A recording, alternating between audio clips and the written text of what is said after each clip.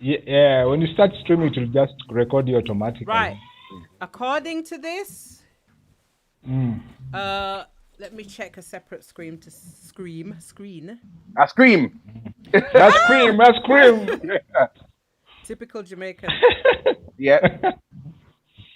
As long as we get it. I have a separate screen to follow up. Okay, So I'm ready. see. Yeah, I'm ready. Sana, I'm seeing that. What does that mean? What? What does what mean? I'm seeing the OBS, but I'm not seeing us. Low hell. Clicked on the video though. This one. Excuse me. This. Which one's live? We're live, everybody. Greetings, everybody. Go on. Those who are here right now. We're a little Peace bit and love to the behind, world. but greetings and blessings to the world wherever you are listening from. We are so happy and so blessed to be here this Sunday. Thank each and every one of you for taking the time on your Sunday to tune in to this Reggae Music Rastafari Reasoning Reasoning. today with myself, Mustafin, who's on, what screen am I on? I'm on the top right. You have blessed brother Richard Smith, aka DJ Fluid Irie. On Thank your you. right, you have the beautiful brother from Kenya, DJ Simpson. You blessed. My younger brother's son, who is John Mukeni Jumbo. Jumbo. Jumbo. I'm hearing myself. Is somebody listening on another device? I muted. Is it in your? Yes. It's We're not echoing, so that's good. Mute that one. okay. Yeah. We can't hear you now. So we're here today to talk about the influence. And John, can you give a little bit of a background as to why we're here today and how we came to decide to have this beautiful event? Okay. Yeah, greetings, brethren and sisters. We are here today because it's a wonderful day. We'll say in Somali, Manta Manta. Manta Manta is a great day because we're here today to connect East, West, and diaspora. It's something we've been longing for a long time, to connect our brothers from diaspora, from the UK and Jamaica. And it's something we've been planning for over 2 years, and I'm really excited to be live. We originally planned to have the event physically, but as we know right now, we are having the world is in a kind of a struggle with the pandemic. Why don't we innovate and go digital? Because our minds are not locked, as Musufin would say. So the session is all about trying to connect us Africans within and from abroad, and looking at Africa as the root and diaspora as the fruit. Absolutely. So I'm really excited to be in this session, and we're going to have reggae. We're going to talk about the history of reggae, and this is just the first.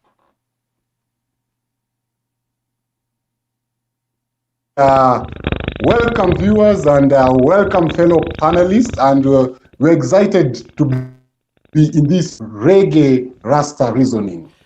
Thank you, John, so much. Can I just continue?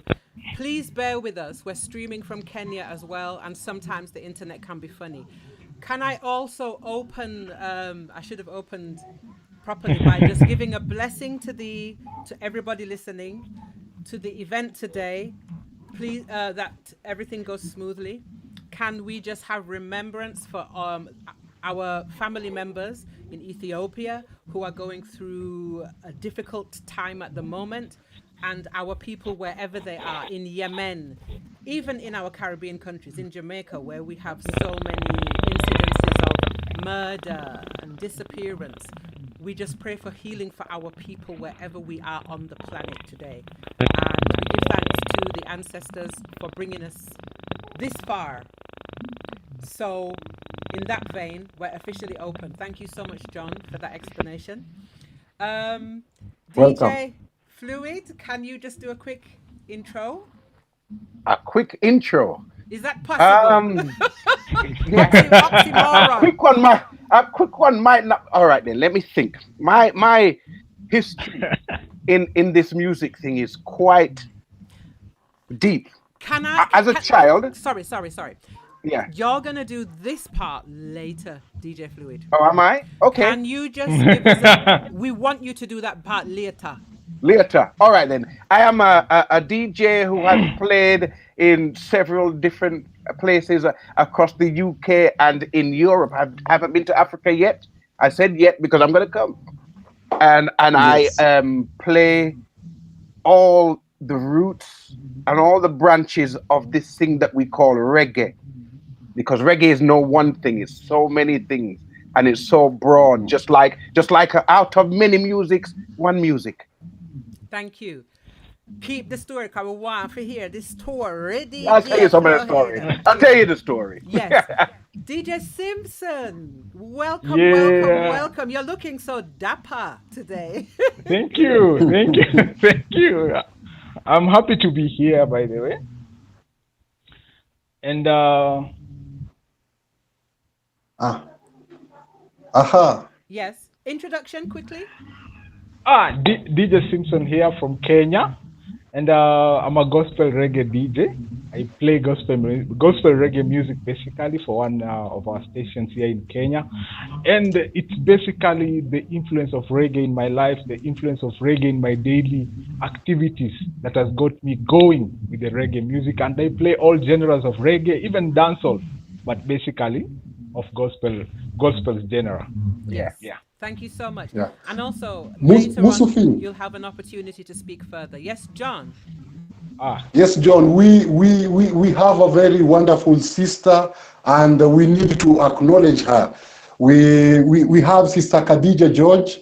She's tuning in from UK, and Khadija is a wonderful lady. She's a wonderful woman, and in fact, like, the connection started from Gambia with the Mboka family. So it is a long journey that has started like 2 years now. Khadija, welcome on board. Welcome, Khadija. Thank you. Welcome. John, can you just introduce yourself as well, please? Okay. So we know who you are. Okay, I mean it. DJ Simpson, we can't see you. Khadija is asking. Oh, Yeah. I'm not sure why. Okay. Hopefully that shouldn't last long. But John, we just have to keep going. Okay. Can you just tell us Okay. a little bit about you? I'm not sure what happened. Okay. I'm John. I am a storyteller. I tell oral stories, and a festival organizer in Nairobi, and also a curator. I curate events in Nairobi, artistic events, and I'm a traveling artist. I've been going around in festivals and performing, and I work with different festivals. I work with the Mboka family, Mboka Festival, which happens in the Gambia. So I am a creative and enthusiast and a lover of reggae. I've grown up with reggae from childhood, and I'm excited to be in this session. Thank you so much, John. And I met John through the Mboka Festival in the Gambia. Beautiful, fantastic festival.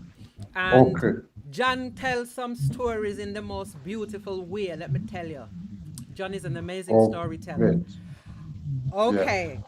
The story. Also, we have one sister. Yes. One sister, Debbie Gold, the Debbie Mboka family, Gold. tuning in from UK. Hi, You're welcome. Hey, welcome. Thank you so much for coming and tuning in. Okay, the story of reggae is something that it's not one thing, or it's a beautiful history, and it's basically the history of African people taking with them the beauty of who they are as a people. So I'm going to because when you talk about reggae and Rasta, they move like this. Yes. They Yeah, move. yeah. They Very move true. in symbiosis of one another. Yes. So, in talking about Jamaica, pre-colonially and during enslavement as well, there's certain traditions that the people had already. You have, despite the terrible conditions that people were living under, they Yeah. disguised their faith and spiritual practices inside of the Europeanized, the Spanishized, whatever. We're talking about Jamaica, so I'm not ignoring the other Caribbean islands today at all in the True. slightest. So if you think that I'm omitting, it's not, it's because we only have a couple of hours. So I would, however, before you continue, you're omitting one thing. Your introduction. There are people who may not know Ah, who you yeah, are. true. Listen, oh my Ah, thank true. goodness, you. I'm so Thank sorry, I you. completely forgot. Yes, my brother. Sorry everybody. My name is Musufing, and I am, oh my goodness, bit of a storyteller, bit of a writer. I have a series on YouTube called Miss Pearline, which is about embracing and honoring our older Caribbean women and older women. I love to cook, so I have a project called Roast Breadfruit Reasoning, which is all about food, culture, history, tradition, and we. So yeah, thank you so much for that, my Yeah. brother. I did forget. Yeah. So Yes. going back to Jamaica now, people had their spiritual practices just the way you see Condomble in the Southern Americas and in the Americas. Santeria. We had the revivalist church, which is one of the things. The way that me wrap my head today is a little bit like a revivalist, which is also a little bit the way the Rasta also raps. So I've honored by wearing the colors. And Yeah. within that practice, I found some music which is from the Revivalist Church in one of the oldest Zion churches. Them call it Zion, because the people adhered to the biblical, but they adhered to their own way of spiritual practice as well. So this tune I'm going to play you is from 2014 from a St. Anne's revivalist gathering, and every year they have a pilgrimage. And if you hear it, you won't even know where it's from. You'll think, oh, anyway, let me just play it and shut up. Okay. So this is the What Town Revival. Okay. Okay.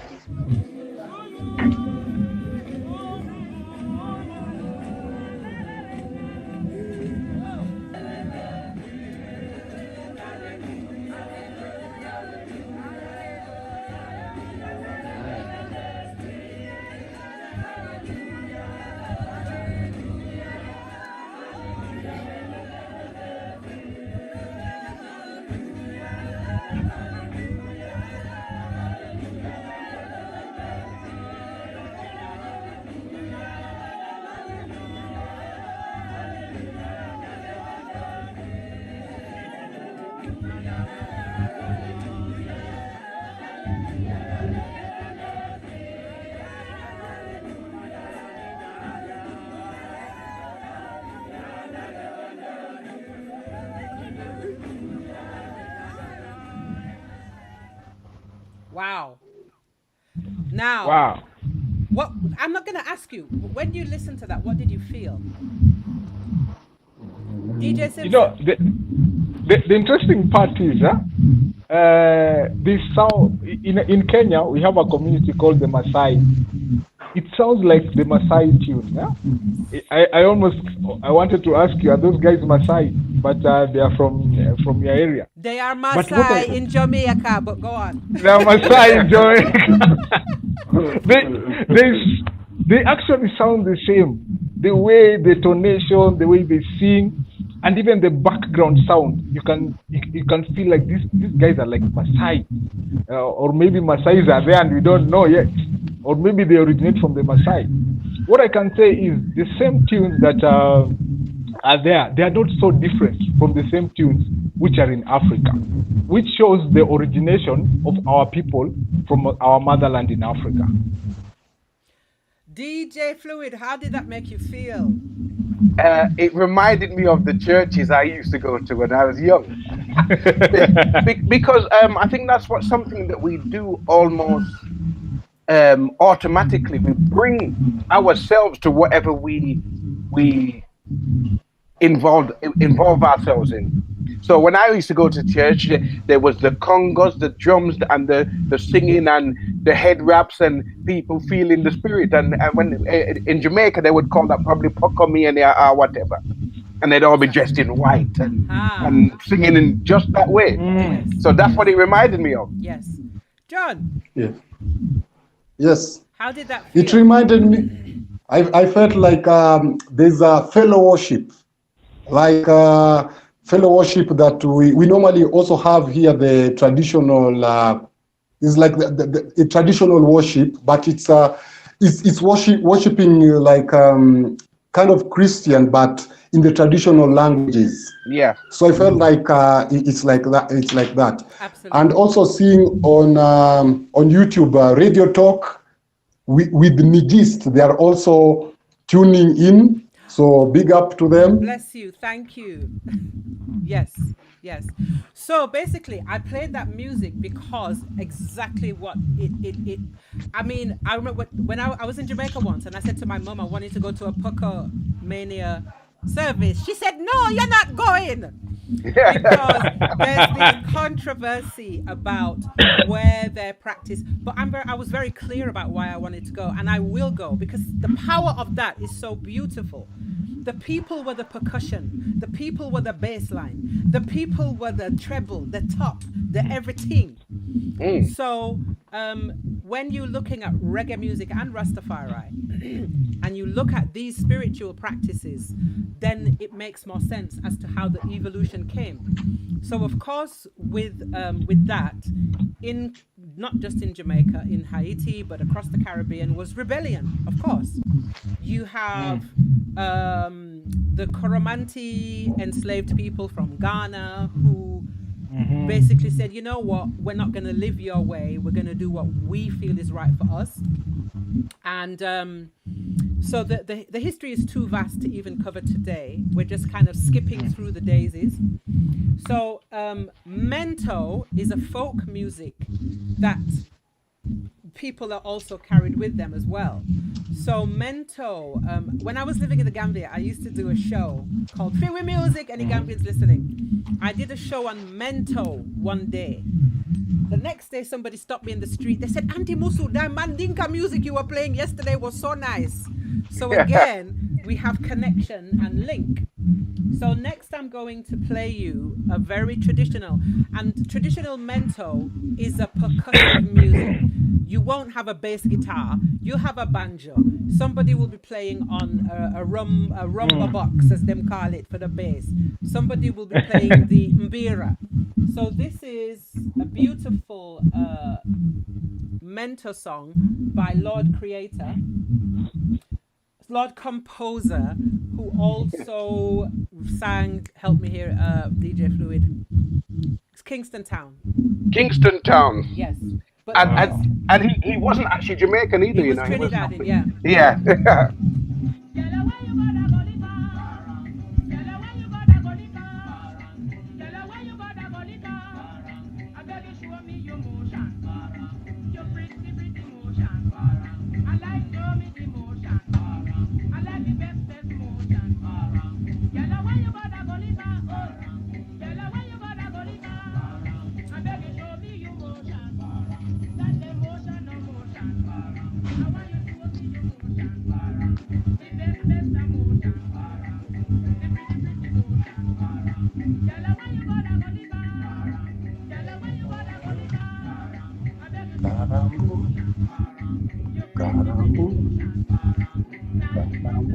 Now, what is your show me emotion? What is show me emotion? Tell me. I'm too young to know that. Shut your mouth, you know. You will know. So he's saying the woman, show me emotion. Show me emotion. He's basically saying, How she Yeah. shake it. I mean, the modern day equivalent, when you look at the beautiful music coming out of Nigeria, you know, shake it, baby, Yeah. shake it, baby, Shake well, it. well. I want to see it well. Yeah. Show me the version. Exactly. So, Also, yes. Musufin. Yeah, we have also some more members joining in. We have Fantastic. Zakia W Hey, us and ladies. Bajie Queen, and Wow. also Radio Talk echoed like the first music you played. It sounds like church service, the first one we were talking about. Absolutely. And Debbie asked, is that Miss Lou? No, that was Lord Composer. I was gonna get Miss Lou because Okay. Louise Bennett Coverley. I say her name with such reverence and Reverence. and Reverence. Yes. she is one And of my. We big Sorry, go on. we big up Yeah. Debbie. Debbie, she's also a DJ, Yes, big up to a Debbie. very Go. famous DJ. You're welcome Absolutely. on board. Yes, in the women's reggae movement as well. Louise Bennett Coverley was one of Jamaica's foremost. Take it away, Richard Smith. Our most foremost poet, but what she did more than anything else, she connected our dialectic living and language to the motherland more than many others. And in her time, she was the one that almost gave pride to those of us living in the diaspora who were trying to be convinced to be English. So she gave us that sense of pride in being ourselves and speaking like ourselves. Absolutely, and a way that she said it's not a broken English, it's a language in and of itself. So Yes. she was a linguist, she was a folklorist, and the way she delivered was, oh my goodness, it was with such beauty. You know, she wasn't like lecturing from the podium. She spoke, she did all her work from her heart. She had a TV program in Jamaica called Ring Ding. So look her up, Louise Bennett Coverley, anyone who doesn't know her name. I think they resurrected a statue to her last year or the year before. So anyway, going on with historical Rastafari, reggae music, hand in hand. Mental music is a music which is it reminds me of the griots in West Africa, because a lot of what they did was tell the stories of what was going on. Like calypso music, because within the calypso and the mento they had also a connection across the Caribbean. So artists like Harry Belafonte did songs like Banana Boat, day, oh, day, oh, day, like, oh, that song is about the banana industry in terms of how the people grew the bananas, sent the bananas away, just like the sugar. The country we are in right now, DJ Fluid, if it wasn't for the Caribbean and the sugar, This would be a lot smaller place. I can't stress it enough. This country would not exist. Sorry. You see the passion I come out, they sit there. The passion is vivid. Yes. So we built America, we built Britain, we built Europe from the labor and the sweat and the toil. So that those songs like Banana Boat all come from that history. So yes, go on. Yeah, sorry to cut you. No. What you're saying is very, very true. America, Europe, most of them benefited. Even their society are successful because of Africans. What we did, what our forefathers did during the slave period. Even the music that you hear, that the artists were performing that time, they were talking about how they used their own sweat and blood to build the nation for other people. Absolutely. And we continue to. I mean, we are taking back a lot of things, and the fact that we're connecting and doing this is a powerful symbolism. This is a powerful act of us. Anyway, so moving on with the story. There's so much of the story. Okay. Yeah. After the Second World War, just like in Britain, Yeah. They needed our labor. They needed our labor during the war. They needed our labor. So a lot of Jamaicans and Caribbean people were going to America to work. Clement Coxon Dodd is one such person. They would go to America, Miami, Florida, the southern states, where that has a long history of farming, and they would collect music. They would collect records. Those records would be brought back to Jamaica, and Jamaica also had a very big band. The dance music was played live from live bands. The people weren't able to access the bands because the bands were playing in the hotels, for the tourists, for the rich people, for the well-to-do. So the sound system culture really come out of the music being able to be brought to the people. So the big speaker boxes, the DJing, what has become so common now, these are the seeds of where the history of where these things came from. So the next tune I'm going to play you is the type of music that Jamaicans were listening to and collecting that influenced ska. Yeah? Me, I go finish. I'm going to post Musofin. Yeah, Sister Badgie Queen echoes what you say exactly. Yes. Like the Africans built Europe and America. Absolutely. And continue to. Yes. So, history of Rasta, history of reggae. This next song is Roscoe Gordon. He was one of the big American artists from, I think he was from Miami. So this is how, when you hear this song, you'll hear how ska came into being. Is my speaker loud enough? I hope it is. Just play with here. No. Sorry. That was the other one. Yeah. Yes. She's getting there. You don't have to boast off power with DJ Fluid. Yeah.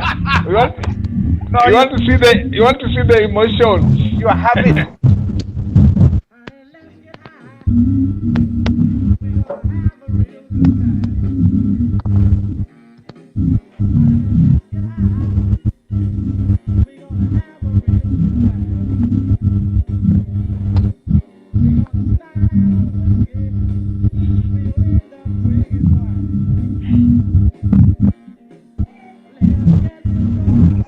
Musofin.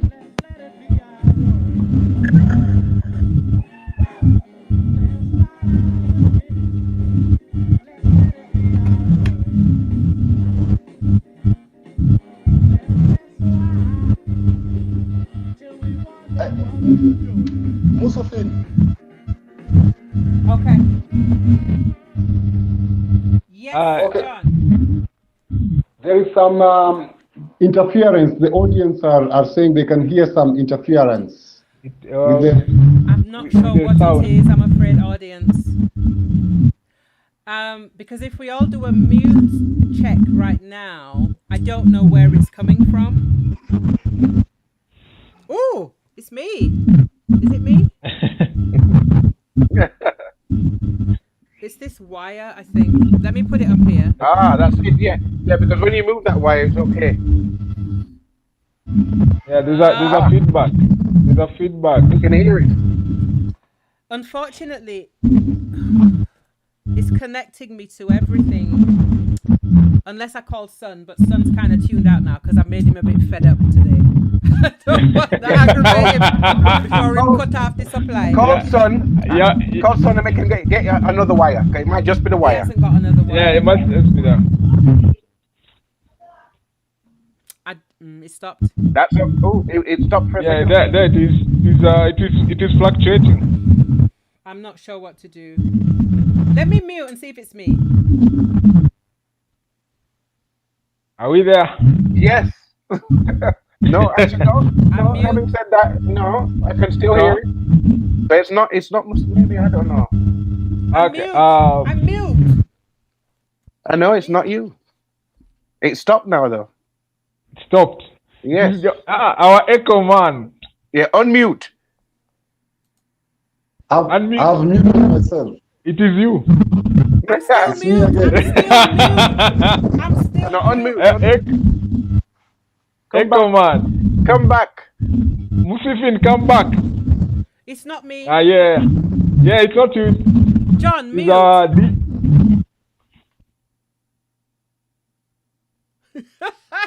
It's John. It's John, our Echo It's man. John. It's It's John. the Echo man. John, DJ sorry. Echo. He has gone. No, he's on mute. He's on mute. Yeah, but that's why Okay. he's gone. Yeah. Echo man. Check a Unmute, wire. John. Unmute John. Come back. Okay, John, I have a suggestion. John, I have a suggestion. It's you. If you're not saying much, can you mute? But as soon as you want to say something, unmute. Unmute. Okay. I don't know where that sound is coming from. Okay. Yeah. It's Now you're okay. it is you, okay. Echo. It's John. Okay, people. DJ Echo. DJ Echo. So then you have the sound system movement begins to take off. You have these amazing lawn parties going on in Jamaica where they set up these, and they were not designed for inside events. They were designed to be played outside, hence being called lawn. Yes. So this is where the certain DJs and the sound systems, even long before a lot of the massive producers we know, like Duke Reed, like Prince Buster, before even them, there was people like John the Great, Tom the Great Sebastian was one of the Tom biggest. the Great Sebastian. My mother told me about him. Stop it! And a whole host of other sound systems that began the whole movement. And this is when the music began to get relayed down to the people. Because before, the people couldn't go to see the bands. The other beautiful thing about Jamaican history is the musicians were trained musicians. And many of them came through the Alpha School, which was a school for children, boys who were orphaned or who were not behaving themselves. And there was a formidable nun there. What was her name? Sister I forgot her name. Augustine. There was a very famous nun. She loved jazz. She loved jazz. She loved jazz. So they taught jazz music too. So a lot of the early, in fact, not a lot, the early musicians of reggae, of ska, are trained, accomplished musicians. DJ Simpson, what were you going to say? In fact, that's what I wanted to say. Even the tune that you have just played, there's some jazz element in it. And what I really liked is during that time, the artists were the ones who took the music to the people. Yes. Where the people were the farms, the plantations. People were not able to go for events, big events, because maybe they didn't have money at that time. The artists were the ones who were taking the music to the people. Hence the outside performances with the big speakers. Exactly. And it was about practicality as well, because also the big bands, as magnificent as they were, they're expensive. So to cart them around the island. So this was about portable music. So Jamaica basically said, you know what, make us make our own brand. So coming off the artist I just played, Roscoe Garden, then we have the actual ska music itself. So I'm going to play what I played before, which is Derrick Morgan, Forward March, which was, Derrick Morgan was one of the big. And he's also the father of Queen Ifrika. Queen Ifrika's daddy. Go on, John. Yes, John? I think Goodies, the link you sent is not working, so she's just messaged. Okay, let me try and add her now. Okay. I don't understand why, because, okay. I just sent her another message. Okay, let's continue. So I'm going to try and sort that out while I play the next song, which is very indicative of the ska movement. And Derrick Morgan was one of the absolute massive. Awesome. Forward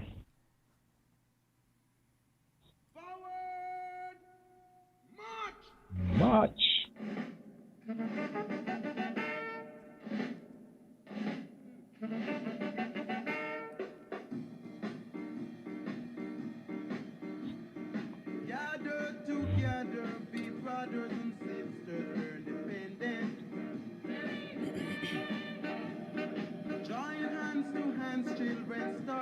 dance, we're independent.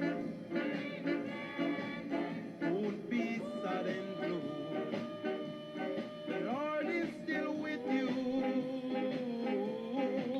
Because your time has come when you can have your fun. So make it on.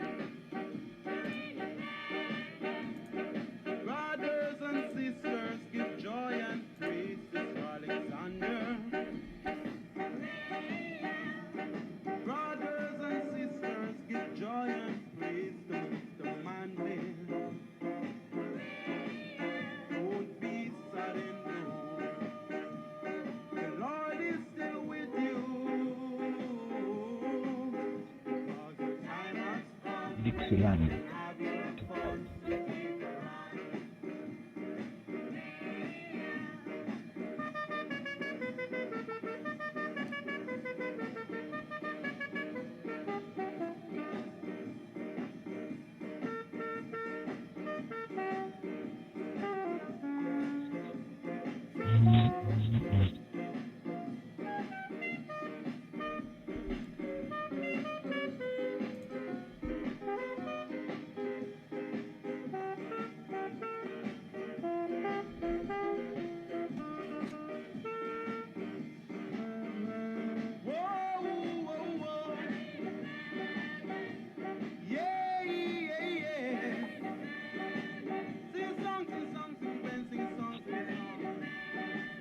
We're independent. Brothers and sisters, give joy and praise to Alexander. Brothers and sisters, give joy and praise to Emmanuel. Won't be silent. The Lord is still with you. Because the time has come when you can have your fun. So make it on.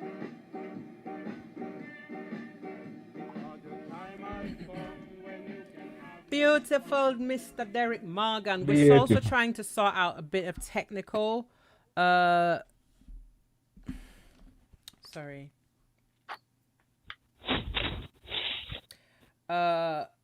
Sorry, somebody's messaging me. I just emailed problem. Goodies twice. So if she checks her email, she should be there. I'm not seeing her come up on the screen. Not sure what else to do right now because we also have to push on. Yep. Okay. Ask her, I just messaged her to check her email because I sent it to her 3 times now. Could you share through the WhatsApp? Okay, DJ Fluid, can you just fill up some time talking about early Jamaican music?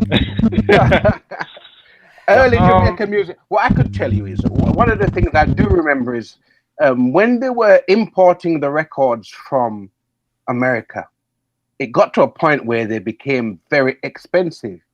So the early soundmen of that time decided, right, we're going to make our own, because obviously they were in touch with all the local musicians. So they then started making their own music. And a lot of times, some of the soundmen like Coxon and Duke Creed, etc., they would make their own music where they might only press one copy for themselves.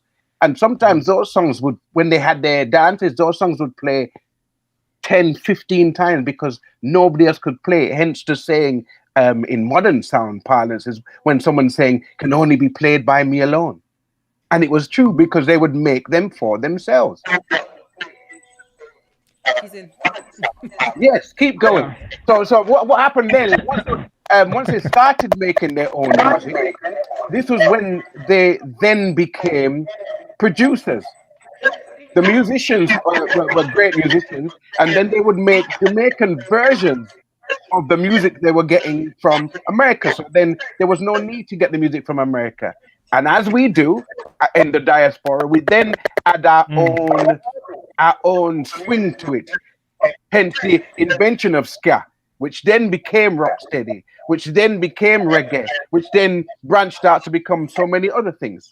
Yes, absolutely. So- Okay, I think Goody's trying to get into the meeting and her video doesn't seem to be on.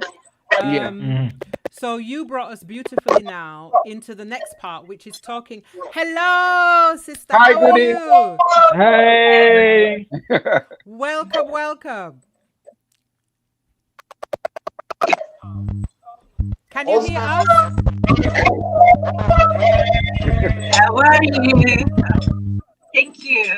It's lovely Welcome. to have you. Thank you so much for being here, Sister Goody. Can you just introduce yourself quickly? Just a minute. There's an DJ Echo. Something is wrong somewhere. we also have Akil in the Mboka sister. Sister Akila. Hi, Sister Akila. Nice to have you. Okay. I have a suggestion. If somebody's not talking, there's an echo. I'm not sure who it is. Anyway, so the next song I'm going to play is the history so vast my head is spinning really. But the next tune I'm going to play beautifully brings in reggae music and Rastafari. Because within the music fraternity, there were obviously people who were Rasta. Because in 1932, Emperor Haile Rastafari Makonnen was crowned King of Kings, Lords of Lords, Emperor Haile Selassie I. And of course, that resonated so deeply with the people in terms of what Marcus Garvey was doing with his work, the founding of the UNIA, the United Negro Improvement Association. You have so many different things happening in the States, and people were traveling to see what was happening in other places where Black people were. So Rasta was just a natural formation in a sense. It was a mystical thing that was within the people from creation, as Rastaman would have said. And when we listen to that first track, The Revival, you can hear and see the influence of that beauty. So Rasta was like a resurgence of something that was already within the people. But of course, coming against the backdrop of the colonial rule, Bakra Masa, you know, which is the name that people gave to the enslavers and the overseers. So Rastafari was a response not only to the needs of the spirit, but to the need of action and reaction to what was happening to the people at the time. So this song here, in terms of Rastafari musicians, like Count Ozzy, like not Barbara Brooks, what was his name? Cedric Brooks. Cedric Brooks. This is from this time. So if you say the artist name, then this song preceded the song that the famous artist did later on. If I must hold on.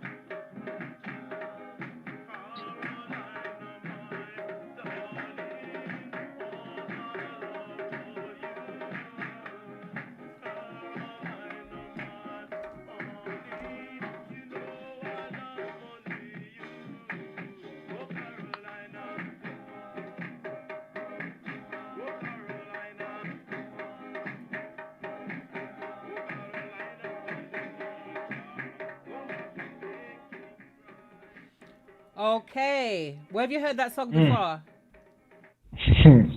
me, I know of the remix, which was done by Shaggy in 1993. Yeah, it's a remix of the same song. Yeah. One thing I've noticed, it has a reflection of jazz music and also some African instruments inside the song itself. Yes. Going back to DJ Fluid's comment earlier, the influence basically comes from people like Louis Armstrong, the Dixie Jazz Band, the jazz music that they used to come with Now it reached a point they were not able to access those kinds of music. So they said, now let us develop our own style, basically with the way that we know. And then it started to rise up now to be more of a reggae tune. Absolutely. And when we haven't even got to reggae yet, but this Yeah. is the evolution. So what you're hearing Yeah. in the music is the burro style of drumming, which the Rastaman them brought into the music live and direct. Count Ozzy was actually it was him and his group that were actually a part of that song "Oh Carolina the Folks Brothers." And also when you're talking about Rasta and resistance, there's so much history. The Pinnacle was an encampment that was created by Leonard Howell. Leonard Percival Howell was one of the first early Rasta man them, and he's known as the first Rasta. And of course, they understood that the life in Babylon, down in the town of Kingston, there were so many things going on that they thought, no, we don't want to live like this. So Rasta Yeah, man, we have to clean speak about living, it. clean eating, make we take ourselves away. It's very important to know the history of Rasta has bloodshed all over it. Okay? Rastas being beaten, Rastas being murdered. It's all pretty now. You go onto Google, you put Rasta man, you'll probably see a white dude. You'll probably see caricatures of red, gold, and green, ganja, ganja, ganja, ganja, ganja, ganja. Let us remember the Rastas went through hell and murder and powder house. So just giving respect today to the Rasta people who lost their lives. There was also an incident in '63 called the Coral Garden incident, where a number of Rasta people lost their lives to police brutality. There was an incident that was sparked by a Rasta man. The police from the government were ordered to just clean up, get rid of the Rastas, kill them. If they come alive, there was a newspaper report about it. So check out your history in terms of Rasta. So to hear the order was given by the prime minister at that time, who is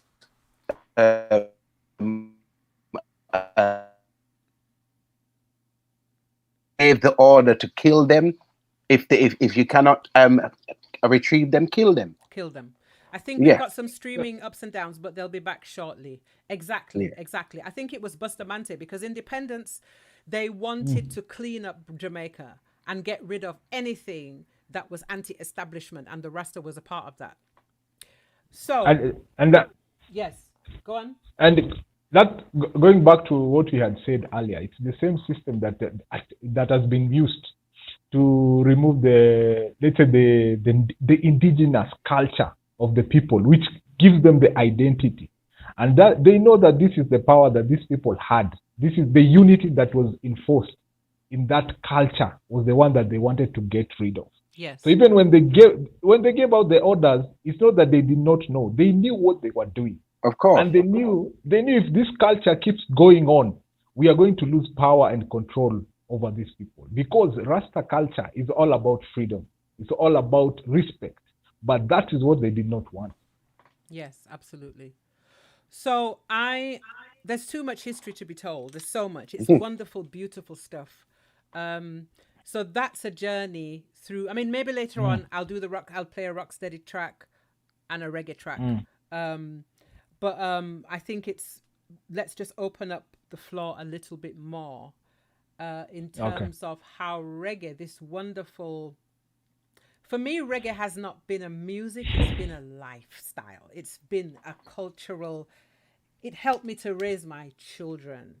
It helped me to understand certain things. It switched my lights on. So to say it's just music is not sufficient. And Rasta was also something. I never became a member of any particular Rasta, because within Rasta you have different mansions. You have the 12 tribes of Israel Rasta. You have the Nyabingi order. You have the Bobo Shanti, and others as well. So it's an order that I have the utmost respect for, because it helped to school me and helped me up to today, really. So I'm gonna hand over, Sister Goody. We need to hear your voice. So in the next part, we're basically gonna share how this music and Rasta, because the two are like this, have influenced our lives as people, as individuals. So, Sister Goody, can we hear from you first, please? Can you introduce yourself as well? Thank you. Thank you all. Um, Before you continue, Sister Goody, do you have anything, any sound, anything monitoring sound on? I like it all. I'm very easy, so I like to listen. There's an echo. There's an echo. Yeah. Sister, are you listening When to it's something? very sound. No, I'm not. Oh, I wonder why. Ooh. We just have to bear with it then. Say Yeah, what we'll you're keep going. saying. Let's just Keep keep going. going. Thank you.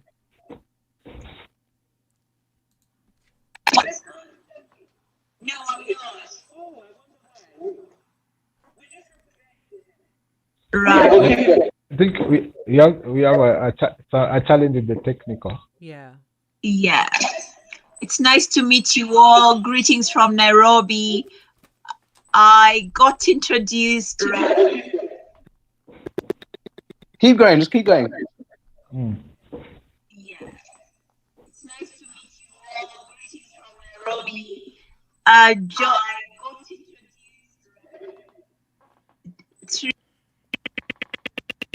introduced to Musukando through John Namai, who's a great friend. And we're currently working on a story train a program which we started because of COVID.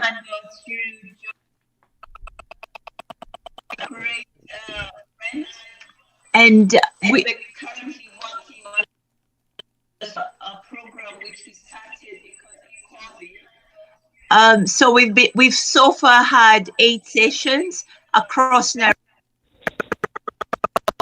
mainly focused to the children because they haven't been going to school. So we've so far had 8 sessions across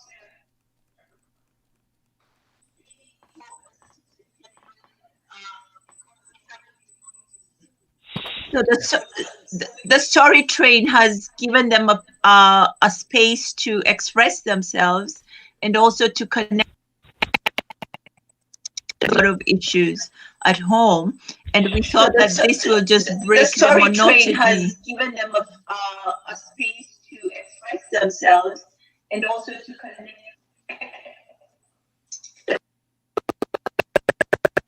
We thought that this will just break the monotony. And so through this program, I think so far we've captured about 600 children.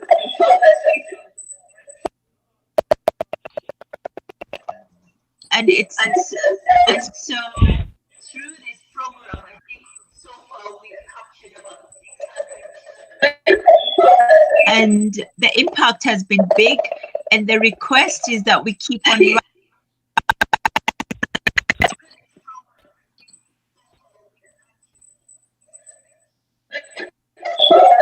and the impact has been big, and the request is that we keep.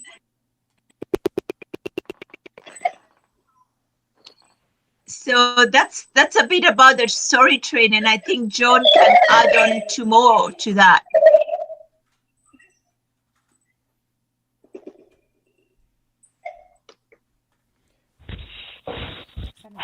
About the story train.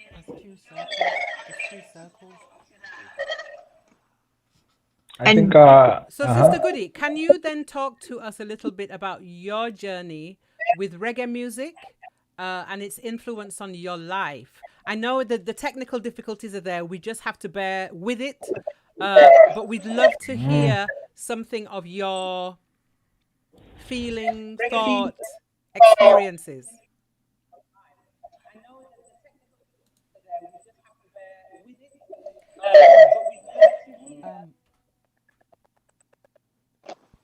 Could we, if we are not thinking, maybe it can try to help.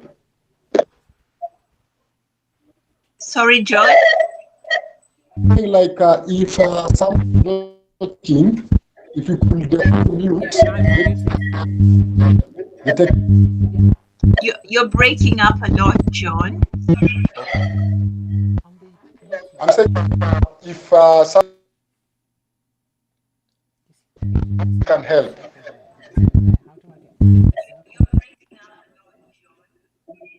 I think there's a lot of sound. They need the sound. Can help. Just press up. No, wait. The video capture. Just press the I. I think there's a lot of sound. Okay. Okay. So are we still waiting for other people to mute? Me, I'm good. I think maybe you may have to come back out, Sister Goody, and go back in. Come back out of the meeting and go back in order to try to eliminate the echo. In that case, Yeah. can we go to DJ Simpson and you can then speak about your journey, love and journey within reggae music, and we'll come back to Sister Goody when she comes out and comes back. Yeah. So DJ Simpson, over to you. Bless her. Wow. I think the influence that I got from reggae was from my neighbor when I was very young, extremely young, at about 5 years. We used to go to his house, we used to listen to reggae. And growing up, it just caught up into me. I grew up really here listening to the music. And as right now where I am, I do more of people you used to listen to when you first listened to reggae. the first people I was I used to like listening to Glenn Washington. That was one of my favorite. I don't want to lie, but there were certain sounds that I was listening. I can't remember the artist. Yeah, that's no problem. But I was just singing along. I used to listen to other sounds because in Kenya at that time when you're growing up, there was a lot of rumba music going on, and there was not so much reggae. Only very few people were listening to reggae. And whenever there was an opportunity to listen to reggae, it was only for a limited group. Not unlike now. Nowadays, people are listening to reggae all over. Yes. And in fact, we are part of the team that influences reggae in Kenya. But I grew up listening to Glenn Washington, Sizzla Kalonji, and Gregory Isaac, and one of our earlier artists that really has a big influence in my life is Busy Signal, with some of his latest songs, The Gambler. What I really like about reggae is the content. Unfortunately, most people miss that. I think you can add on that, DJ Fleet. People listen to reggae, they listen to the tune, but most of the people do not actually listen to the content. Like the songs that Musifin has just played. If you start listening to the content of the music, you start understanding why the artists at that time, there was a struggle they were fighting for. Through music, they realized that they cannot fight physically with their masters at that time. So the only option was to fight through music, through rebellious music. And it caught on with time. In the current situation, most people just listen to reggae. If you ask somebody, that song that you have just heard, do you know the meaning of that song? Do you know what the artist was conveying? If you do a survey around, I think 90% will not be able to answer that music. that question. They'll be like, it's a nice music. We like it. It's a reggae music. But you see, every reggae music has a message in it. If you in the gospel industry, you have people like Positive, is a very great, awesome artist. He has wonderful reggae music with a lot of content inside it. If you listen to this Chevelle Franklin, who got saved, and there are other many artists that when you listen to the music that they sing, you start understanding the reason why they did a particular music.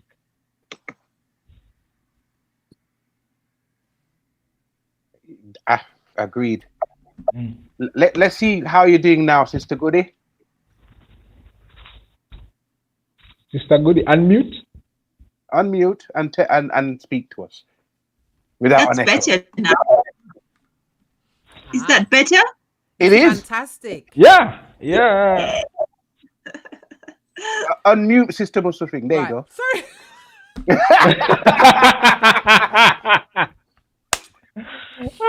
I'm so used to being audio. I'm not used to being visual. So Yeah. forgive me. It's okay. Yes. So, Sister Goody, are you ready to share your story with us? And you're looking so gorgeous, by the way, with your beautiful head wrap. John knows that I'm always head wrapped. Yeah. Okay. I don't think he's ever seen your hair. No, he's never seen it. Have you, John? What? I have. No. Really? Never. Okay. So, Sister Goody, while you share with us your journey through reggae and Rasta, we are all going to mute so that we hear your voice. Yeah? Yes, Okay. thank you. Thank you. Over to you, Sister Goody. Is it Mzuri or Zuri? Mzuri. Mzuri. Sister Goody Mzuri. Away from Kenya people. Over to you. Mzuri actually means good. Mzuri comes from the word goody. So it's literally a direct translation of goody in Swahili. And that's our national language. Rasta music for me I think it's complete. It's complete. And I think Rasta music has always got a message to it when you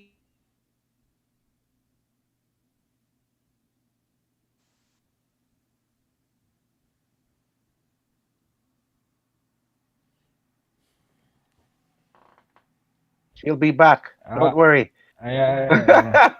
Refresh. She's frozen. Refresh. I didn't think. Yeah, Sister Goody, refresh. I didn't think it would last that long. Ooh. And her opening was perfect. It was fantastic. Yeah, I was waiting to hear the rest of the content. So was I. So was everybody else. Please bear with us, our fantastic viewers. Thank you once again for taking out time on your Sunday to tune into this Reggae Rastafari reasoning while we wait for Sister Goody Mzuri to resume. Oh, I don't know what's happened. She might have to sign out and sign in again. Again. Yes. Mm. In yes, Swahili, Mzuri means good, huh? Mzuri. So Mzuri means good. yeah. Yes. I found that interesting because her name is Goody. Mm-hmm. Like the old song by Frankie Lyman. Yeah, bye. You see that? I caught that immediately. Absolutely. So while we wait for Sister Goody Mzuri to come back, where shall we go next? Mr. Mukeni Namai, are you ready to talk about... Because one of the things I love about John, since we've been having these reggae conversations, he'll send me a tune. Today he was on a bus, he was on a bus and he was listening to some music and he sent me a little sound bite and he said, I'm listening to reggae while I'm on the bus. I'm on my way from somewhere. So it's not just about a music from the head. It's about how how music is shared through our life journey. John, we're going to come back to you. Hopefully we'll be able to come back to Sister Goody. So we'll come back to that, John. So Sister Goody, are you ready? Yes, I am. We just have to bear with the technicals. The Almighty is with us. We will be fine. And listeners, just please bear with us. So we're all going to mute. You sound good too. Keep going. Okay. So I think Rastafarian for me is more of a lifestyle than a fashion fad. A lot of people look at it as a fashion fad, so they follow it, because you've got Rasta, because you listen to Rasta music. it's then you're a Rastafarian. But I think it's more of a lifestyle. And even for me, when I listen to the music, I try and get the message out of it. It's about being complete in a wholesome way of life. And that's what I go for, is the Rastafarian way of life. It's complete, it's natural, it's simple, it's not complicated, and it's not even about fashion. It's about what you believe and the message that it passes on to you. So it's very easy even for somebody to misconstrue you because you have Rasta, that this is who you are, with maybe drugs or a rough lifestyle, that if you're a Rastafarian, then you're not a clean person. But that's not it. I think it's more of a wholesome belief, and it actually shows who you are as a person. And also the way you present yourself, the way you treat people is very different. And I feel it,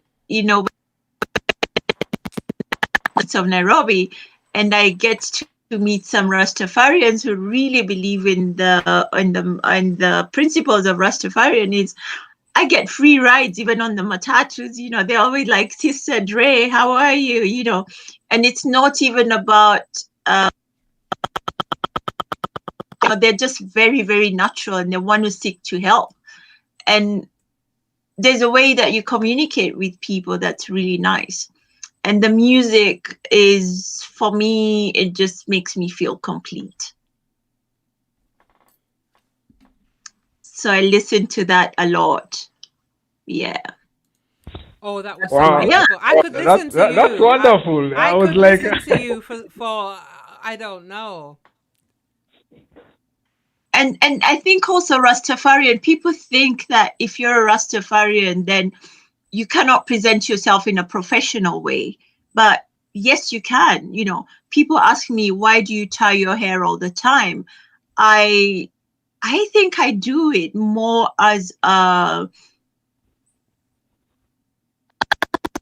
don't know what it is, because when I started growing my rastas, there was a reason to it. I'd gone through a very hard time, and for me it was like liberation.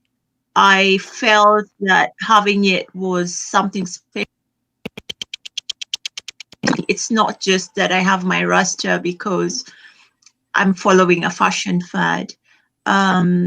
It's always reminds me of journeys that I've gone through sometimes. So it's a representation of that. And I feel that personally, and this is my personal view, show my hair to somebody. It has to be something very special for somebody to see my hair. It's part of me, and that's like my soul.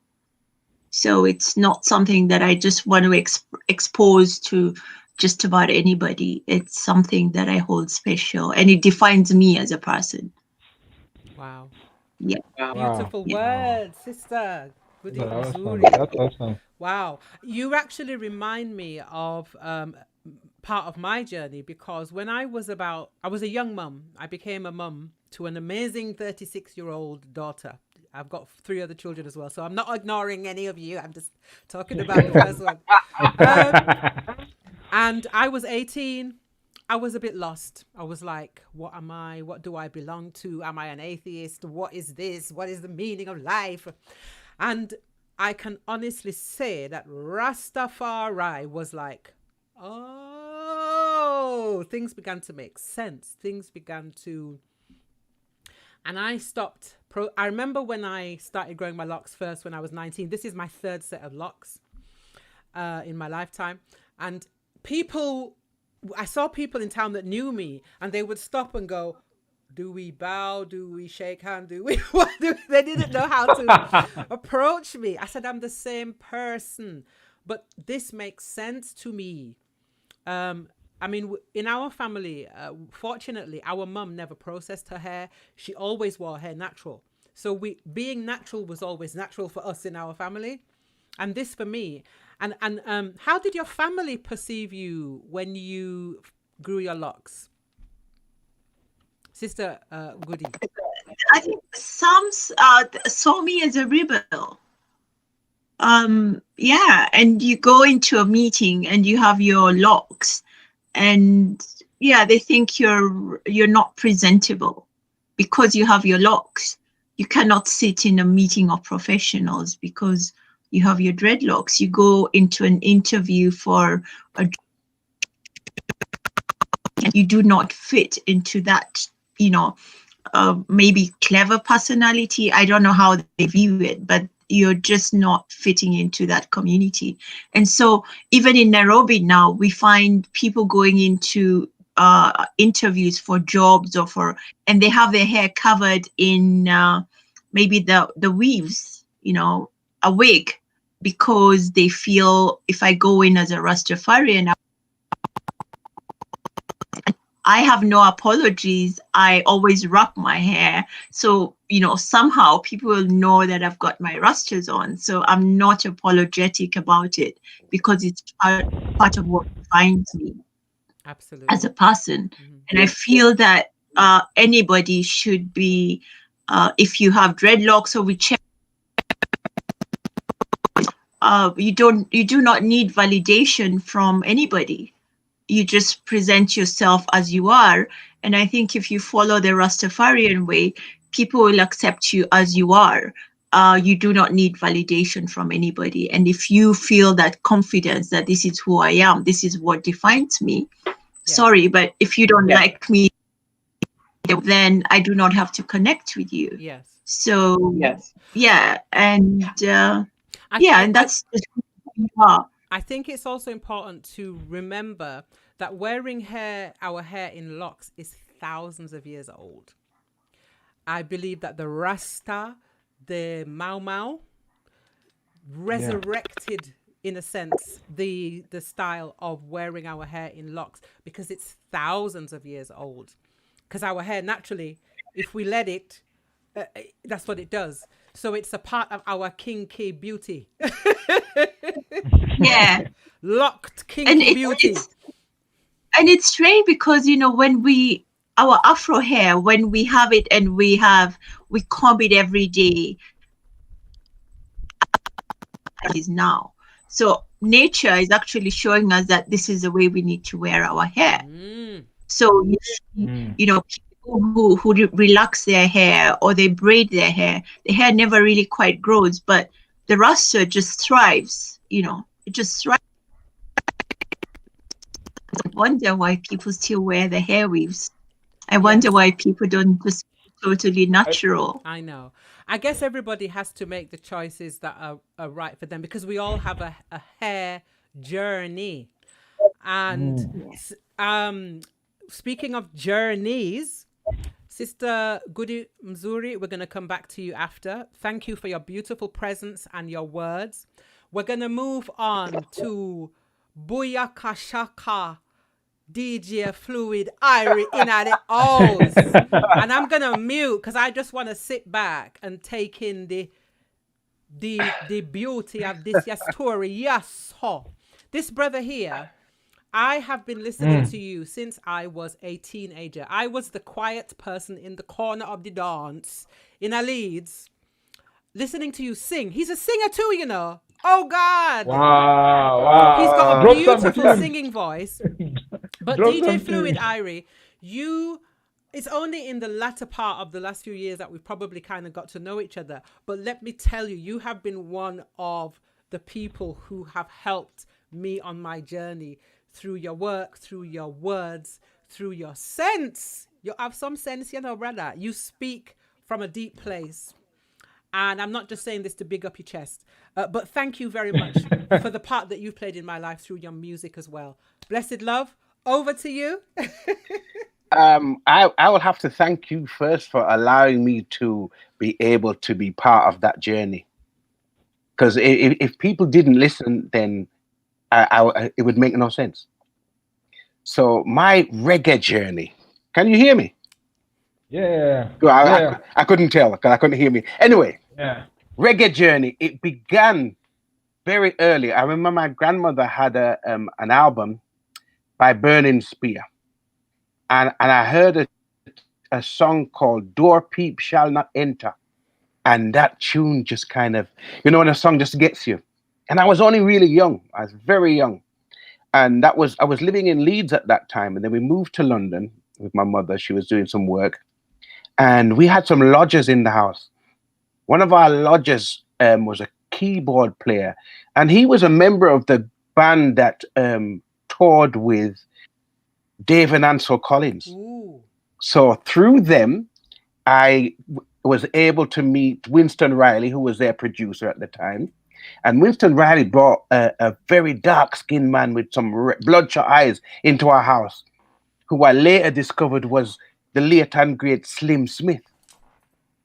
Slim Smith. So these are the kind of people that we were touring around with Dave and Ansel Collins. So Dave's real name was Dave Barker.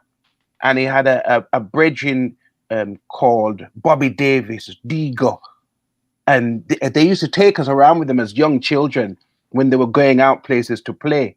So the live music thing became part of the fabric of my growing up.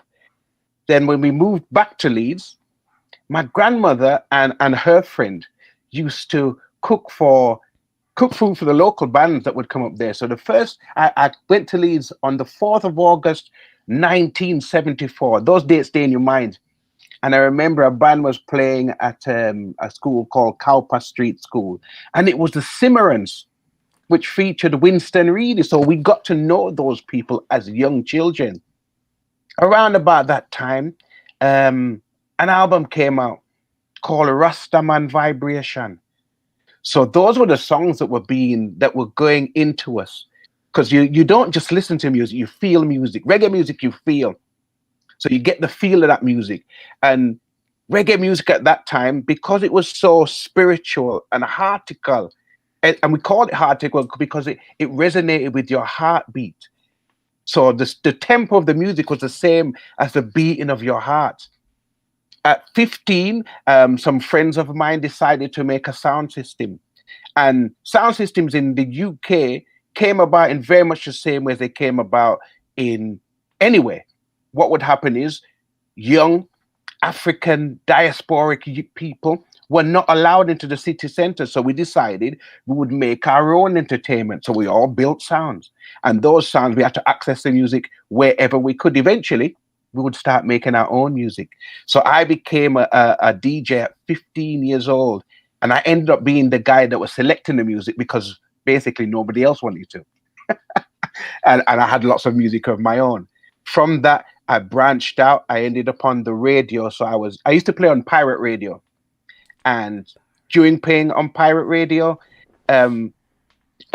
radio franchise heard me and headhunted me and said, do you want to come and play in the radio? I said, okay, why not? But what my main function was, my main thought process was playing music for people and seeing those people full joy themselves. Because there's no greater power, there's no greater energy than seeing what you're doing put people into a place of joy. Into a place of joy. Reggae music was the music that forced me to explore myself. The first time I heard the name Marcus Garvey was on a reggae song. I didn't know who Marcus Garvey was. There was a song by the In-Crowd called His Majesty is Coming. And that was celebrating when His Majesty went to Jamaica. By that time, my mother had left Jamaica. So I didn't know anything about that except through the songs. The songs helped me to explore. Neville O'Reilly Livingston had a song, Bunny Wheeler, had a song called Blackheart Man. On that song, he described how Rasta was seen as a pariah in Jamaica. They would tell their children, don't go anywhere near that man. That's a Blackheart man. And it's only as you get older and you explore and you find out, because that's what the music did. The music helped us to look into ourselves and even envision ourselves as African people. Because before that, the music wasn't doing that. We were still under this thing that made us think that ascribing to Western values was the thing to be. The music told us something different. And the one great thing about someone like Bob Marley, who became a worldwide phenomenon, was he was speaking quite unapologetically about us forward into Africa, because we don't go back, we're forward to Africa. And that's what reggae music is to me. I might just shrink that down. I could have gone on for a lot longer, but I shrink it down and just keep it there. So music to me, reggae music to me, is everything. Is everything. I listen to lots of other music, but again, I can also pick sense from nonsense in terms of the way reggae has influenced so many other different kinds of music genres. And Rasta men, Rasta woman, we're human beings, so there are a whole wide range of complex emotions which come out in the music. And fortunately and unfortunately, not everybody is spiritual. So not all reggae is spiritual, and not all reggae is good. But reggae, the root and the foundation of reggae is spiritual and it is good. And once we follow that, then we start living our lives a little better, because what we try to do is not live for just ourselves, because that's what the music was always telling us. Don't live for yourself. Live for the world. Live for today and not for tomorrow. The Abyssinians had a song called that. See, again, the music used to inspire me in my lifestyle. Yes. So I can almost find a song, any song, that will always inspire me to live a certain way. But that's it. We'll continue. Oh, Continue. before we go on, I have to play this for the brother. Our art shall correspond and beat in one harmony. Sounds from the burning spear. Yeah.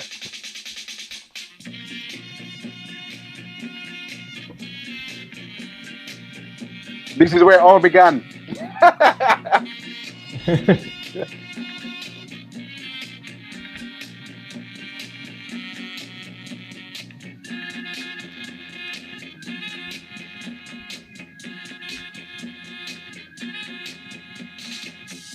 Who shall not enter? These are all alone. The watches on a tree monster, sipping from the cup of peace. Chant down of Babylon, chant down Babylon. Chant down Babylon, for real. And you know, as you mentioned about, if you talk to my children, they'll tell you that they went through hell as kids because I used to drag them to record shops. And sometimes they'd cry tears because I'm coming, and I'm flipping through all the records, and they're like, can we go now? So reggae has been hell and heaven for my children because I put them through some stuff. I used to work in Leeds as an educational welfare officer. So basically the kids that weren't going to school, it was my job to work with the families, da-di-da-di-da. And I used to work in an area of Leeds that's very middle-class white. Rawdon. I used to work in Rawdon. And Rawdon is extremely... So I would go to work with my head wrap up, just like, yeah, says Sister Goody. And you'd get the looks on the bus. And that throughout that whole work day, I would just feel my chest was always tight. You know, stupidness would happen. I remember I one day I was speaking to a teacher about a pupil who wasn't in school. And my colleague came across the room. She goes, "Oh, you spoke so well. I just wanted to just thump her very well in our mouth." But when I used to go home from work, ask the picnic them, the first thing me do is put on the music because I needed to debrief. And I would listen to stuff like PEEP and sing it loud. This ya whole la. You know how Capleton now goes, yeah. He just screams. I used to do that to get back a sense of self. So when you say it's your life. Do you know the greatest thing about it is that I actually, my grandmother passed away about 13 years ago, but I have Peace that be album. upon her. That same album, I have that in my possession to Me this too. day. The I still original have from your granny. the original from my grandmother. It's in my house. Wow, that's amazing. That's beautiful. So, I don't know what happened to Sister Goody. John, are you ready to take us through your Reggae Rastafari journey? Ndio is yes in Kiswahili. Yes, Ndio. I'm ready. Ndio is yes. We got to learn the language of the continent, and Kiswahili is now going to be recognized in the year 2060 to be the African language. So we need to learn Kiswahili. Yes, before I take you in my reggae journey, I just want to acknowledge Khadija George. She's currently reading Ja Kingdom, Rastafari, Tanzania Pan-Africanism in the Age of Decolonization by Monique Badisi. Check it out, particularly as most books on Rasta are written by men. Interesting. Say And again, also, say again. Baje Queen said DJ Fluid is the best DJ, and yes, that DJ Fluid can sing. So we are hoping to hear you, DJ Fluid, singing. And also, Akila says, let's chant down Babylon. We are chanting it down. So for me, I would say like I was just listening through all the speakers, and you took me back to my childhood memories. Like my childhood memories, I grew up in Eastlands. Eastlands is one of the toughest neighborhood in Nairobi. And we would identify with reggae as an identity. And I was introduced to reggae by my two brothers. I remember vividly we had a tape player, a radio, whereby I could remember my first reggae song was I was introduced through a red tape. It was songs from one sound called King Lion Sounds, whereby it was being played by the late Papa Lefty, and there was Papa Lefty and another DJ. And I could remember vividly the sounds of Gregory Isaac once ago. No, Uncle Joe, you're squeezing my toe. So I would listen to Gregory Isaacs and go to Israel Vibrations. I remember also that time it was in the 1994, and there was a struggle in South Africa. So we listened to Lucky Dube and also the Mighty Slaves. So I identified with reggae as music for social upliftment, just as Mr. Phil said. So I would go with the reggae as an identity. And I remember my sisters used to listen to Benga. So there was a clash we were fighting for, because we had one tape recorder. So we'll fight to have reggae to be listened, and they will want to listen to the Benga. So I slowly grow up with reggae because it's an identity, and it's something big in Eastlands. And I remember during those days, we used to have clubs like King Lion Sounds, Holimbao, and Monte Carlo. And whenever we listen the tapes, the DJs will recognize our hood. So I found it to be nice and to hear, oh, big up Buruburu Massive, big up Jericho Massive. And we would, it was a conscious music, something that would uplift me, something that I looked up towards. And slowly I went on and started to listen to the Bobo Shante, the Capleton sounds. And my famous song is from Ijaman Levy. Is this what they really call my promised land? I rather we are living in the island of the sun. I wanna be free.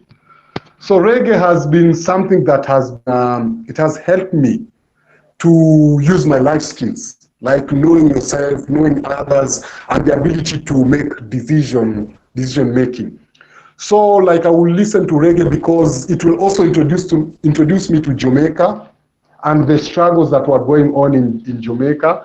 And because reggae used to talk about the continent. So I would find an identity with the reggae music. And I still listen to reggae music, and I really thank Musufin to introduce me to other reggae artists like Don Daveni, Joe Higgins. I always ask Musufin to send me all the reggae mix she did in the Gambia. So my reggae journey is also my childhood growing up in Eastlands area. Wow. And this one is for you, John Bukeni Namai.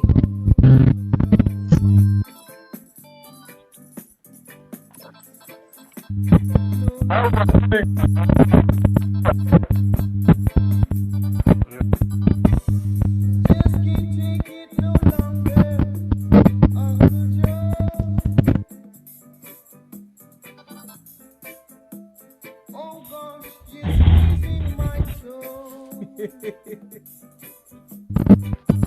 can't take it no longer, Uncle Joe.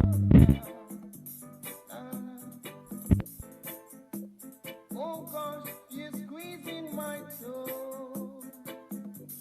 Yeah. Wow.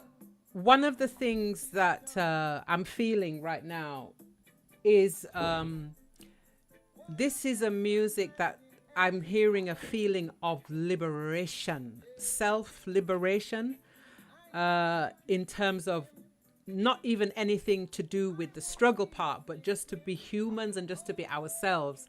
It seems this music is a liberating spiritual music for all of us. I mean, when I think of life without reggae, without music, I can't actually. It's impossible. So we're actually supposed to finish in about 29 minutes. So I kind of talked about my journey, did I? Enough? I think I did. You can add. I add a little bit.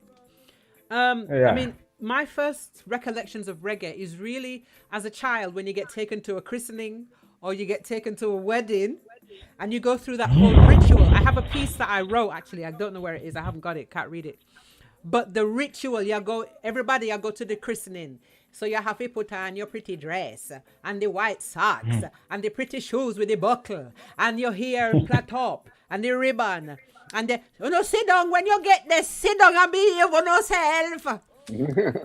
So you'd go to these beautiful christenings and the cake and the people.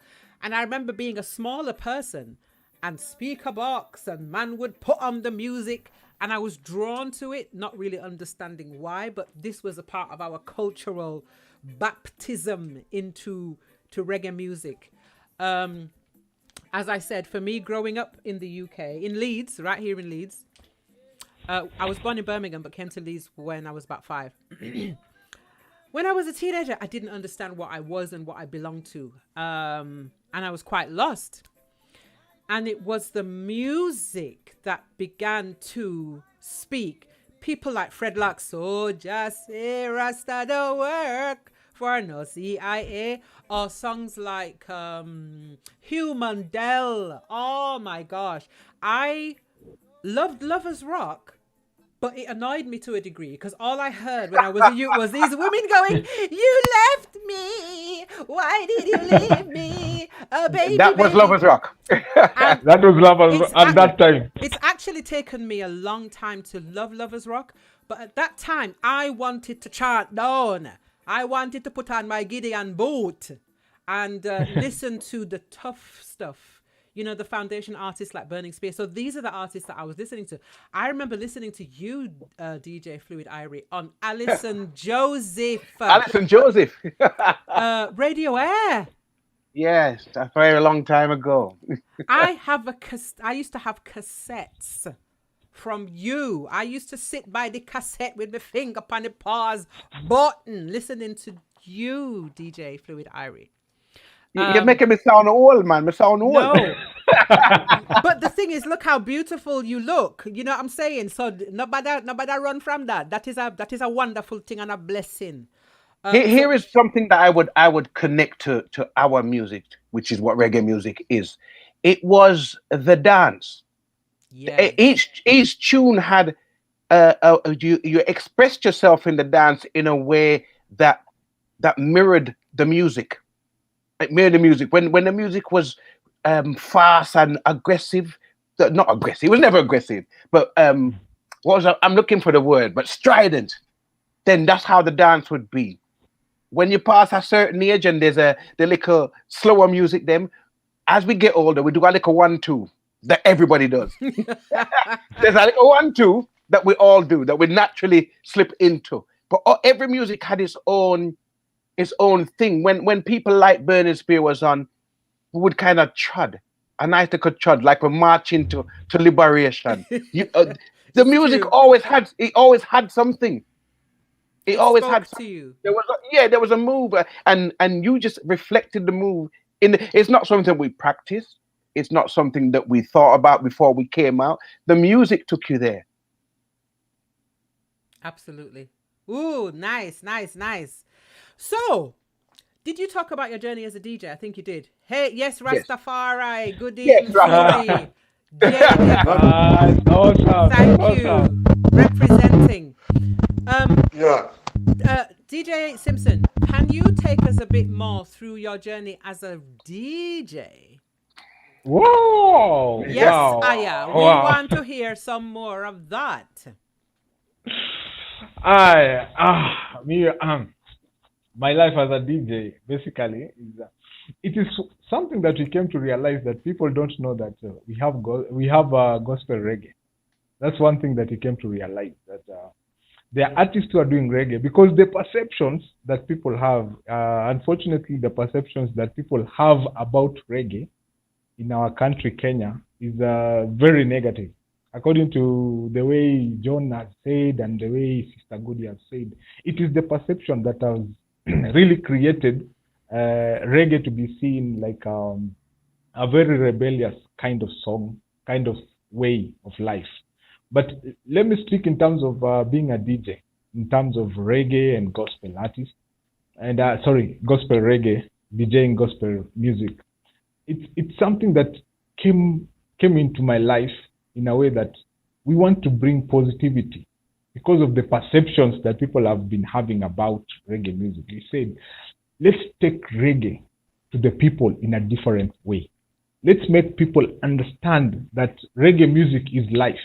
To me, basically, reggae is life. The songs that you hear, the message that comes out from reggae music, it is life. It breathes life into you. The way DJ Fluid is saying, it is the emotions that are in the music that give life. So me and my friend, unfortunately Kevin is not here, he's my partner. We do gospel reggae music. And every time we play the mixes, every time we play the song, there's a motivation that comes with it. That this song is not just any other song. It is a song with a very clear message, and it brings out the feeling of life in it.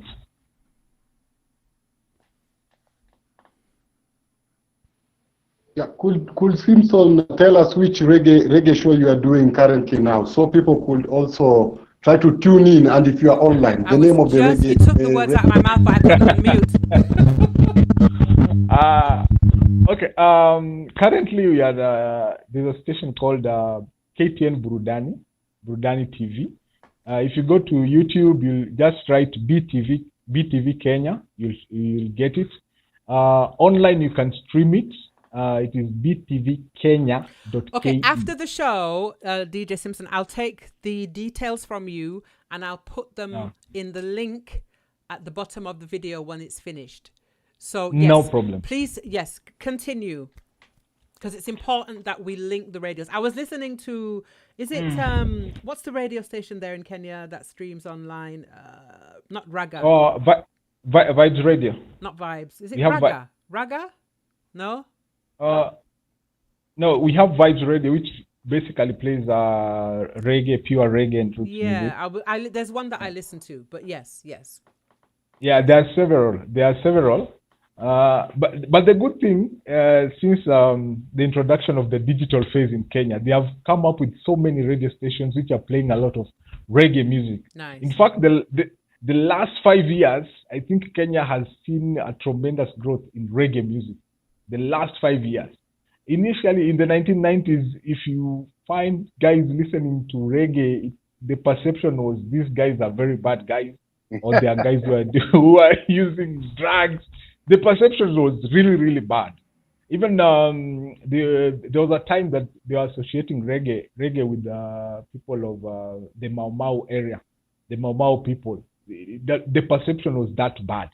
But coming around the last 5-10 years, there has been a positive change towards reggae music. How much? Now, How much sorry? reggae is coming out of Africa? I'd like to know. Unfortunately, the quantity of reggae that comes out of Africa is not that much, maybe around 10-20%. Because Africa, let me talk in terms of Kenya. We are a market that really consumes reggae. We don't produce much reggae, but we consume a lot of reggae, especially from Jamaica, Caribbean. And also there's another song genre, soca. Soca is another song genre that it is really, really catching on in Kenya. So most of the African countries, there are more of consumers. We consume a lot of reggae, but the amount we produce is around 10-20%. But the market you have is a very few artists though. I looked up Nazizi, Yeah, Wabu, Nazizi. Jackie. He's one of the earlier reggae artists, I believe. Jackie. You've not heard of him? Jack. No, not heard of him. Really? But currently, He's an early one. he's a very early one. Yes. We had a guy called what was this guy? He was called Lion someone. I've forgotten his Yes. name. And you have Lavosti. Yes. You have Lavosti. There's some newer artists coming up. I think also there's a lot of reggae artists that not only visit, because a lot of the reggae artists, they're going to African countries and they're actually staying there. Ghana, Yeah, Kenya, Gambia. in Kenya we have Morgan Heritage. They're here. I think they have a base in here. Yes. We had there was someone even Shaggy. There was a time he wanted to put his base in Kenya. I don't know what happened with that. Yeah. But I think many Jamaican artists, reggae artists, are being attracted to come back to Africa. Yes. To put their roots back to Africa. In terms of reggae artists in Kenya, we have a guy called Tingse. He's a very good gospel reggae artist. We have Tune Them Band. They're a group, but they are very good. They are extremely good. They have done a couple of songs with Rastafari. I don't know if you know them, DJ Fluid. I think maybe you can come back. Yes. Rastafari, they have done a lot of songs with them. We have other artists. Unfortunately, the perception that is there in the entertainment industry in Kenya does not support a lot of reggae music, especially being gospel reggae music. So many of the artists, they are small underground artists, but they are really trying to come up. Yes. So most of the time we find ourselves, even the music that we DJ, mostly are from outside Africa. We only have a few quantity, which is basically made in Africa. So we rely on people like the late Lucky Dube, their songs, because Lucky Dube has some nice songs which talk about praying for our sisters, praying for our mothers, taking care of our communities. So people like Lucky Dube, they have really contributed to the continent's reggae content production. Definitely. Wow. So we've got about. Sorry, go on, John. I can add on, like in Kenya, we have dancehall reggae artists. There are many. You find those of you mentioned are dancehall reggae artists. But we used to have the ones who played roots, like the late Mighty King Kong. He was so conscious on roots and music about the social justices in Nairobi. Also, Nazizi played a role a bit, and but Mighty King Kong he was influenced a lot with. He was playing lots of like roots. But majorly, the artists that we have right now are they play dancehall reggae music a lot. But also we could find in the continent also Bobby Wine. Bobby Wine is a presidential presidential contestant in Uganda. Also yeah. Alpha Blondie. Yes. Alpha Blondie. We have a lot of influence from Alpha Blondie. In the content, you'll find the Mighty Slaves. You know the Mighty Slaves? No. From South Africa. Okay. I do. Yeah, you need to check them out. And then just to add on, like Debbie says that Gregory Isaac was her favorite, and she met Gregory Isaac in Manchester in 1979. Wow. And it was a fantastic night. All the dreads were there and some other English people as well. And Khadija says she will share the book to you. Yes. And we also have I'll put it in the link as well after. link. Thank you, Khadija. And we have also some more people joining in. Leslie O'Connor. Oh. So we are having a full house. Nice. Full reggae party. Hey, Leslie. It's a digital party. Thanks for tuning in, Leslie, and everybody, those who are sitting silent, those who are adding their comments. This is the first, hopefully, of a few events, if my son allows me to use his... I'm going to cook some good food for him so that he periodically will allow me to use... Yeah. So I am conscious. I'm conscious of the need for a more injection of female energy. Absolutely. We were supposed to have more, but this is the first. But no, so on that. But that being said, I want to hear some more from Goody. Yeah. Actually, that's what I'm rounding up. I want people to give us the songs. It's very difficult to say a singular favorite. Sister Goody. There's no one. But if you were to give us a top 5, a top 3, go on, drop it on us. And why those songs resonate for you, Sister Goody. I think some of the best music that I hear in the matatu, we have like the public transport. So we have some really public transport means that communicate reggae music to people. The Wailers, Alpha Blondie, and that really makes, sometimes you get into a public transport just because they play good music. And once you're in, you are until you get to where you're going. So that's a good communication. I think John will agree with me that that is the key. Some of my best numbers are No Woman No Cry, because I think as a woman, and it just resonates with me, you always have to be strong. There are so many that I'm lost to say which other ones that are. I like a lot of Alpha Blondie music, and also some of the gospel reggae music, which is new, which I'm growing to like as I listen to them more often. And within the community areas that I work in, we have a lot of Rastafarians who play music, and new people, and they've got new music which they're producing, but they don't have production houses. So it just stays within the community. So I think we have people like Ghetto Radio in a place called Korogosho. We have some really young talent that needs exposure, but they don't have that exposure. So question is, how do you get them out there? Because they do have good music. And I encourage them a lot to possibly use the social media to their content, and hopefully somebody somewhere will pick up on the talent that they have to make them grow. But there is a lot of raw talent out there, young, and you see them expressing themselves through graffiti on the walls. You know, when you go into some of the slum areas, you see some really nice graffiti art,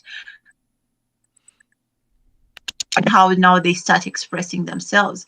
When we get together with the little that they have, they're always playing their music, they're always expressing themselves, showing the raw talent that they have.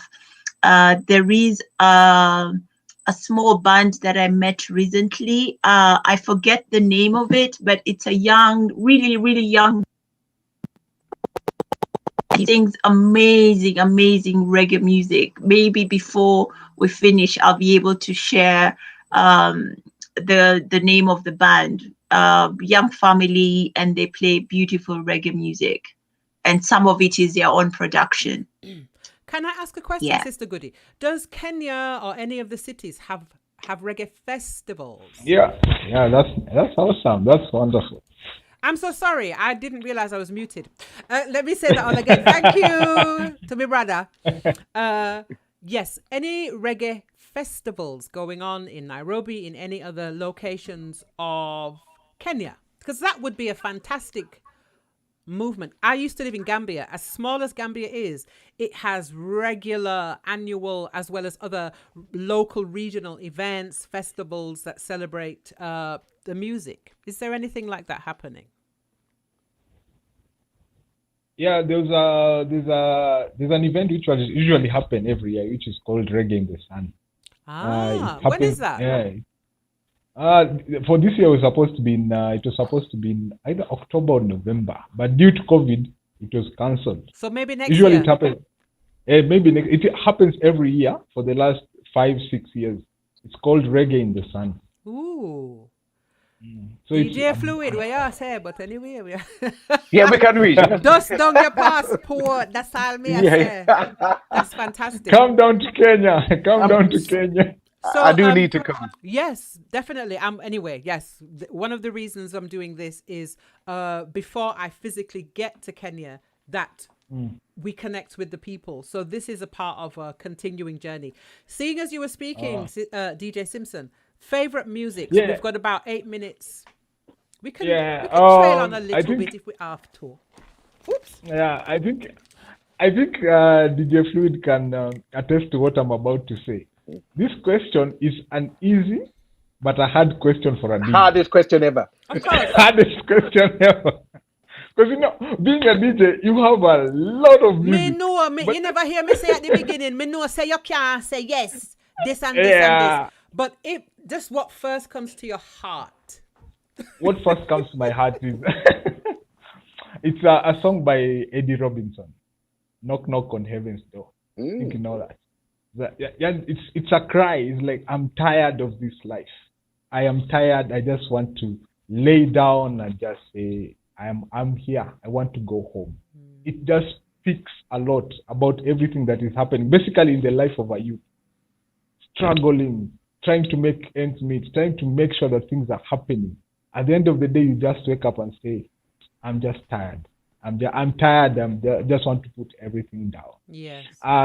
The other song that is by Clint Fearson is called Waiting. Waiting, it talks about you want a good life, you want something good, but you're just patient. It's like reggae music. It's all about patience. You pray, you keep still, and you hope for the best for tomorrow. It's by Clint Fearson. And the other person that I really, really, really like is Positive. He's one of the early, the modern artists. He talks about, there's a song for him that he has sung. It's called Two-Man Army. Basically, it's a gospel reggae song. He's talking about him and Jesus and his walk through life and how he's handling life and how life has changed and the struggles that are there in life and how much he has conquered and how much he has achieved. The last person or the last artist, yes, is called Samuel Medas. Samuel Medas is one of his before Samuel made us, I want to add another artist. Go ahead.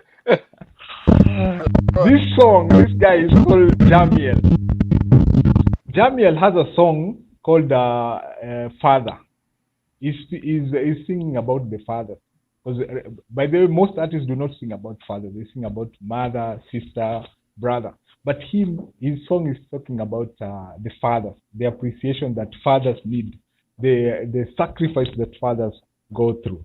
Now, coming back to the other, being a DJ, what? You have a whole list in your mind. Anyway, what I can say is most of the artists that I interact with, basically digitally and playing their music, like Positive, Clint Fearson, even Alpha Blondie, Lucky Dube. It is the message that gets me. It's the message that I share to people. Thank you. And that's what I will say. That's today. beautiful. Yeah. Thank you so much, DJ Simpson. Mr. Welcome. Mukeni Namai, on to you. Oh, is he frozen? John. No, I am here. Okay. Yeah, I'm here. Give us yours, please. Yes, my best music are Culture, the late Joseph Fields, Culture, and one live concert in South Africa. One of the famous on the wall, rise and fallen soldiers, rise fighters, and stand to fight again.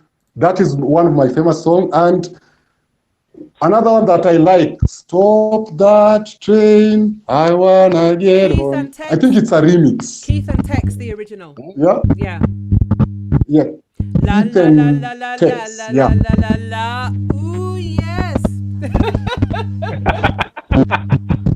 Yes. Those are my famous songs. Yeah, those are the famous songs that I listen to a lot. Beautiful. We disconnected for a short while, but the system reconnected, by the way. So I think we're back on. We've got a few minutes left. Thank you so much, John, for those beautiful reminiscences. DJ Fluid Irie, favorite music. Me not say you can't name all of them, but I can't give name it them to all. our tree. All right then. The greatest reggae song in celebration of our women is Black Woman by Judy Mowat, in my opinion. Another song, Sata Masagana by the Abyssinians. There's a land far, far away where there's no night, there's only day. Look into the book of life and you will see that there's a land far, far away. I'm going to squeeze in a one Bob Marley. Then I got tired for see with face. Can't get me out of the race. Bad card. Have to have that. Have to have that in there. Burning Spear had a song named Jassy and No. And it's on the same album as Columbus, which I love Columbus, but Jassy and No was my tune from there. Yes. Hail him. That was my tune. Hail yes. him album. Yes. That's the album. Beautiful. That's the album.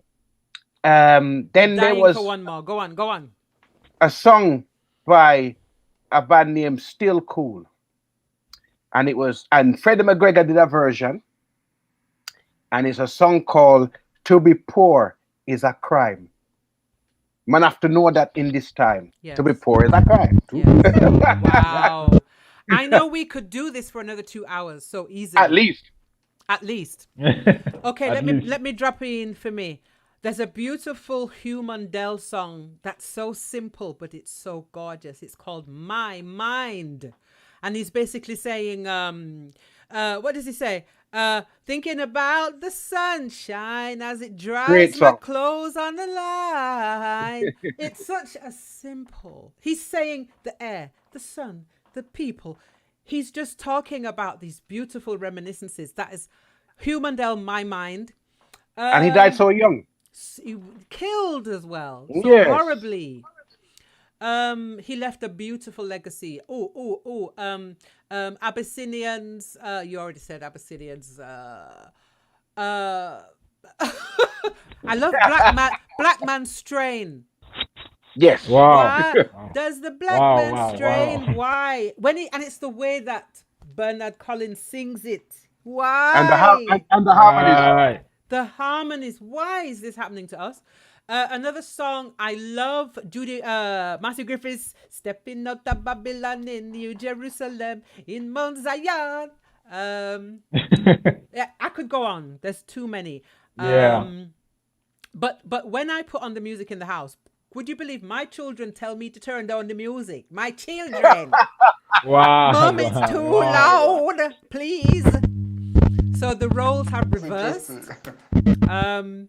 But this has been such a special event, and I want to thank DJ Fluid Irie, DJ Simpson, Sister Queen Empress Goody, and my beautiful younger brother, my son, John McKenna Namai.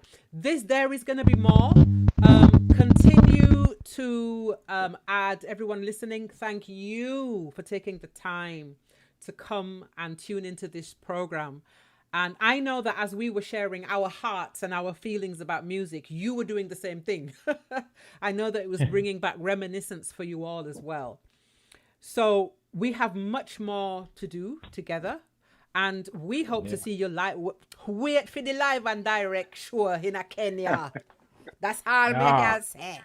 With DJ Fluid and DJ Simpson at the control tower. So, so this is just the beginning. Closing words and remarks, everybody. John? Okay. I would really like to also thank our audience, the Motta family, for we have a wonderful sister who are tuned in, Akila, Debbie, and Sister Khadija. And also not forgetting one of our colleagues, like the Story Train team. We are three. I am with Goodies, John and Ubax. She could not make it today, but I know she's with us in spirit. And I'm really, really, really excited to be in this session. I was running from a session of 3-year-olds to make it up to here from another side of town, listening to the reggae music. And also this event, we really want to thank Cheche, Goodies, and Gospel Reggae, Simpson, DJ Fluid, and Musukando. And also we are looking at the church. We want to start up a children's library, and we're looking for donations we want to grow the younger ones in a Pan-African movement. So we are looking for... There's a link on the flyer. I'll put the link for the donations PayPal for Cheche Children's Book Corner on the... So we'll talk after. Please remind me. I'll do this once the video's finished. Okay. And one last one is that I'm really, really excited that we've started the journey. I know the journey started 2 years ago with the Mboka Festival, like connecting East, West, and diaspora. And we are hoping that next year things will calm down in the world. And we're really lovely to have all of you now for the physical, like being here in Kenya. And I know we'll work towards it. And blessings and light it up. I haven't got a lighter. Oh gosh. DJ Fluid, final words. I would like to thank everybody who has shared the most precious thing that anybody has with us, and that's time. Time is it. They spent their time with us. We have spent time together. Once we can do that, all I would say is just keep the fire burning. Bless you. DJ Dapper brother Simpson, where you say? What we can say is it has been a very interesting session. I've learned a lot, but I was listening. There are so many things I've learned about reggae, the origins of reggae, which means I need to go back and start also studying some of the things that I've missed. Thank you, DJ Fluid, for the information. Thank you, Musifin, for the information. I'll make sure to update my album on those songs that you have mentioned. And thank you, John, for being here. And thank you, Sister Goody, for your time. And just want to say thank you all for giving your time and giving your thoughts on this digital festival or digital event. And I'm looking forward to the next event. Musifin, I'm looking forward to the next event. Yes. No problem. Me ready. Thank you so much, DJ Simpson. Beautiful, blessed sister, good day. Final words. Blessings. Thank you. And let's keep the flag burning. Yeah, man. We're gonna keep the flag going because I think it's a very good way, and there's a message. Let's stay natural. Let's enjoy the music. Let's enjoy the message. It's always there, and I think it's also a very big presentation of what Africa is. Welcome to Nairobi, and we're looking forward to the program in Nairobi. And so let's keep going. Rasta, blessings. Rastafari. Blessed love, Sister Goody. Thank you all, everybody, for being here with us. And let's just keep the energy flowing. And we're going to sign out. Guys, don't sign out yet. I'm going to come off the broadcast. Don't leave yet. Just yet. Not much longer. So good night to everybody. Blessed love. And me heart full up. Me glad bag boss. But thank you so much for tuning in. And hope we'll have more for you. We'll have more. Watch this space. And if we can do some collaborations, be in touch. I'll put the links, etc., at the bottom of the video so that you can add and see where to link, etc. Have a wonderful night and a wonderful week. And no make COVID, shovid, lick your down. Just stay healthy. Ginger, garlic, exercise, vitamins. Stay strong, stay healthy, stay beautiful.